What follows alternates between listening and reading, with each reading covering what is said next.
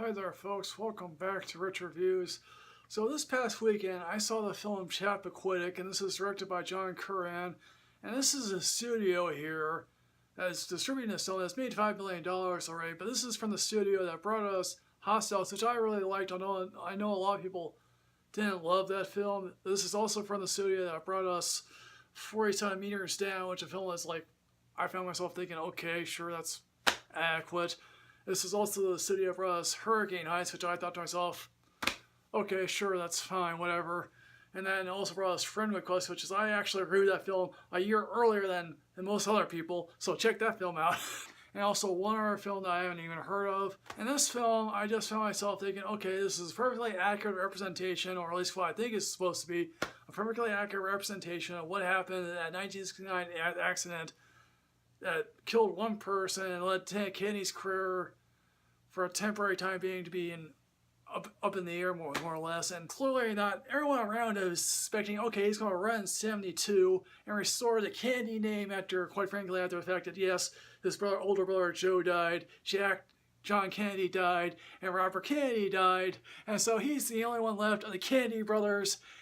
And let's just face it, his heart is not really in it. Everyone around him, including staffers Mary Jo Capece, played by Kate Mara, she realizes the fact that, yes, with Robert, it was public service, not actually a job.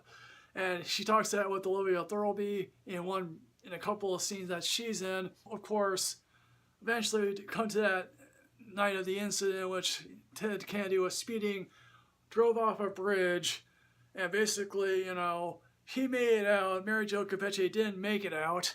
And then he goes and tries to get help, and he finds help in Joe Gagan and one other person who happened to be like a Kennedy person. After trying to get her out, they go back to the main island for whatever reason, and they clearly have a heated discussion about, you really should call the police here, try to make sure you get yourself covered here for whatever reason.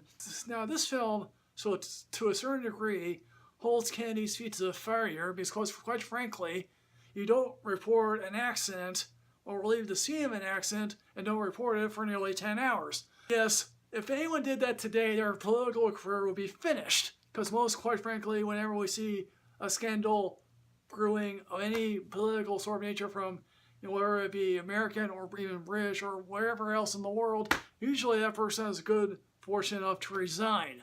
Ted Kennedy goes to Papa Kennedy, and Papa Kennedy here is played by Bruce Dern, of all people, who still, even if he has a stroke, can still wield power from behind the scenes, in which he summons some of the greatest men that surround the Kennedys, including Robert McNamara, played by, Clancy Brown, yes, Mr. Crab. And they try, as they might, to make sure that this thing gets buried or to protect our client, but Ted Kennedy keeps screwing it up because his license may be expired. They tell someone, oh yes, he has a concussion and he's taking sedatives, when you realize you're not supposed to be taking sedatives when you have head trauma, for all we know. Yes, he wears a head brace to Mary Jo Capeche's funeral, which quite frankly is one of the most idiotic things you can do when he sort of turns his neck when he really shouldn't be doing that. With Joe Gagan, played by Ed Helms, he's clearly exasperated about why Kennedy's doing the what things he's doing. Is it just because he doesn't care, or is he on the verge of having a mental breakdown, or is he just like, why, my career is finished anyway? Now, of course, during sort of the end stuff of this film, actual footage is being shown of people being interviewed about Chappaquiddick and how this affects Kennedy's race for re-election. And at least one person says, well, if it was anybody else, he'd be thrown in jail. Quite frankly, you're right. If it was me, I'd be thrown in jail. If you're ever to meet a high-profile family and think, oh wow, all of them are great, they have such great lives. No, they don't. They're like everybody else, and they have problems.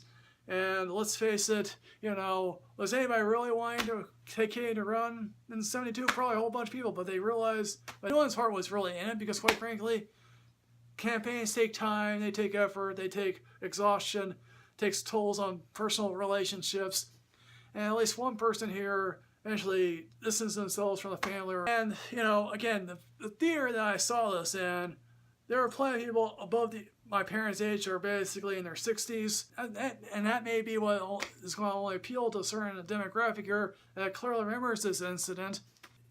Again, I commend Jason Clarke for at least looking like Ted Kennedy and pulling off the accent reasonably well. So in the end, folks, Chappaquiddick, I'm going to give this, for some interesting reason, I'm going to give this a matinee rating. Because quite frankly, if you're interested in history, I'm a history major, so this would be right up my alley. So Chappaquiddick, have you seen it? What did you think? Please put that in the comment box below. I'll see you next time, folks, with another film or TV show. Yes,